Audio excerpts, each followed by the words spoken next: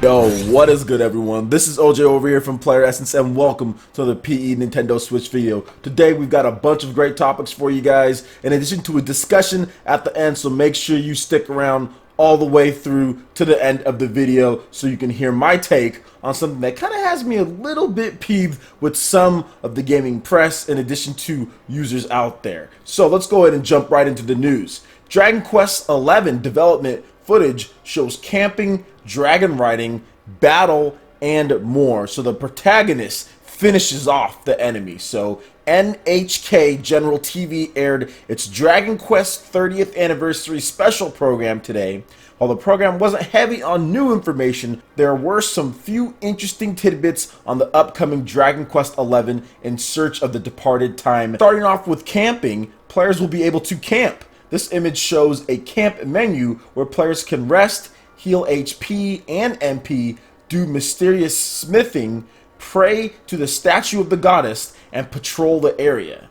There's also mysterious smithing, Fushigi na Kaji, and this other screen here asks the player, what do you want to create?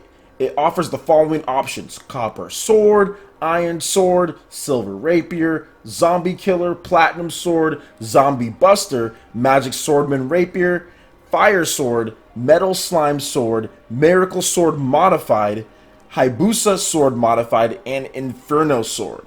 Each item in the smithing menu has a list of required items to create that item, a description and difficulty level. There's also dragon riding. You can ride dragons in this game. Shows off some of the dragon riding here, plus field and battle. It shows off the protagonist running around before a battle, which is pretty cool. So Dragon Quest XI in Search of the Departed Time is due out for the PS4, Nintendo 3DS in 2017, and there is a Nintendo Switch version in development. That one has not been detailed yet at this point. So pretty cool stuff all around. Dragon Quest XI is looking phenomenal, running on Unreal Engine 4. The battles just look so vibrant. The colors, the graphics, everything is looking great about this game.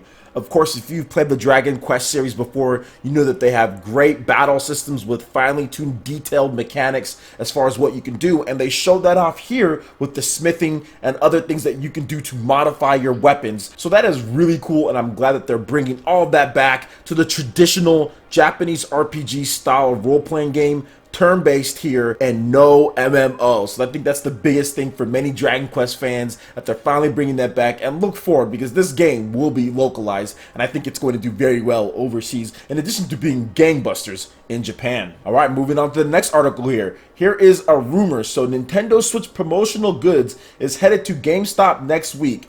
Breath of the Wild pre-orders should be coming as well. So The Legend of Zelda Breath of the Wild, get ready, boys and girls. We should be able to pre-order this bad boy coming up pretty soon. An insider has given us an update on when GameStop will begin showing off Switch goodies and when to expect The Legend of Zelda Breath of the Wild pre-orders. YouTuber Go Nintendo has revealed that a close insider friend of theirs has confirmed that the game and the electronics retailer GameStop will be preparing for Nintendo Switch very soon. According to the insider, GameStop stores have received an email detailing that promotional items for the Nintendo Switch will be arriving shortly. Specifically speaking, posters, stands, display boxes, and more will be appearing in stores next week. This means that we could be getting more information on the Nintendo Switch specifics, especially with the appearance of display boxes. While Legend of Zelda Breath of the Wild was rumored to be missing the Q1 2017 release date, it appears as though the game will be up for pre-order very soon,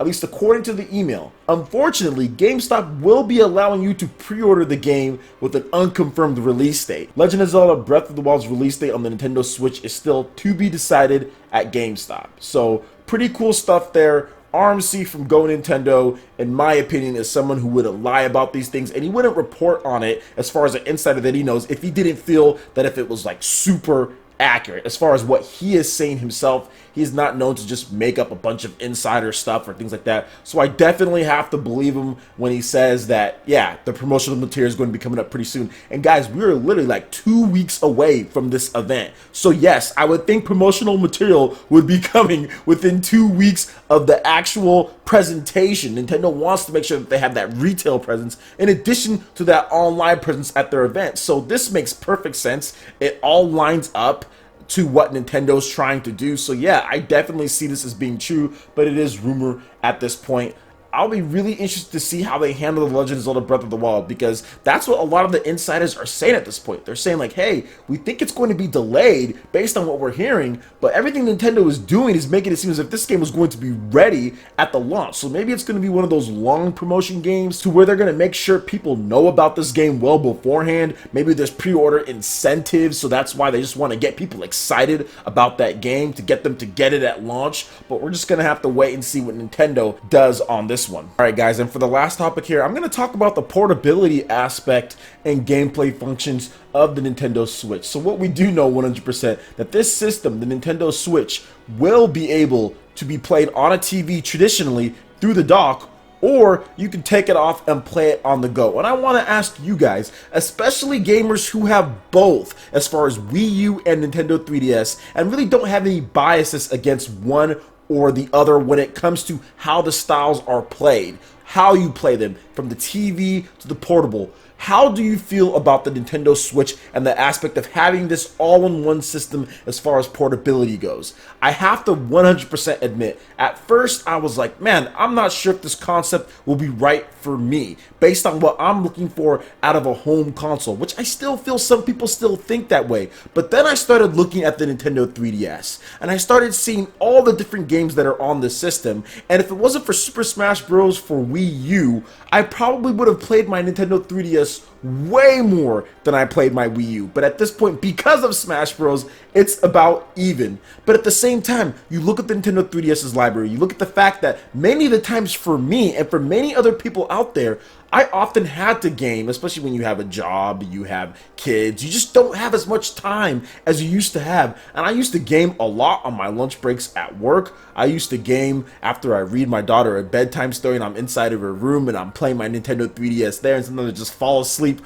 right there. So there's many different times. Yes, mainly I was on my big screen playing games as far as Super Smash Bros. For Wii U, but there was many times that I actually used the portability aspect of the 3DS to fit my life, and I think that's something that Nintendo is kind of going after. If you look at their marketing, you look at what they're trying to do with the Nintendo Switch, and if you look at the aspect of portability when it comes to adults or even when it comes to kids, that is a universal aspect that anyone can really just pick up and do. We got to think about it that way too. Kids have school, not sure if you want them taking it to school, but you know good and well they're going to be taking these Nintendo Switches to school and playing on the schoolyard when they get the opportunity. I remember playing my Game Boy Advance at times, so I think when I was in junior high and in a little bit of high school, I think my freshman year, I'd be playing my Game Boy Advance and thought, yo, this is awesome. So I'm pretty sure there's going to be a lot of kids who do this as well. There's a new Pokemon game, go to school and start trading with people locally, Splatoon locally. There's so many different possibilities that fit different lifestyles.